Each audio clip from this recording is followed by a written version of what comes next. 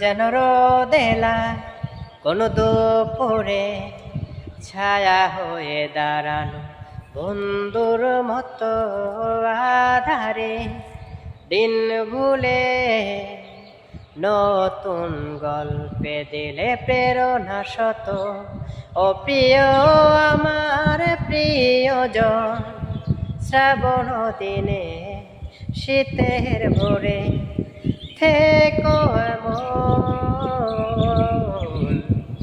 বন্ধু হও যদি তবে সঙ্গী হব আমি, হাতে হাত রেখে এসো আমার গল্পে তুমি।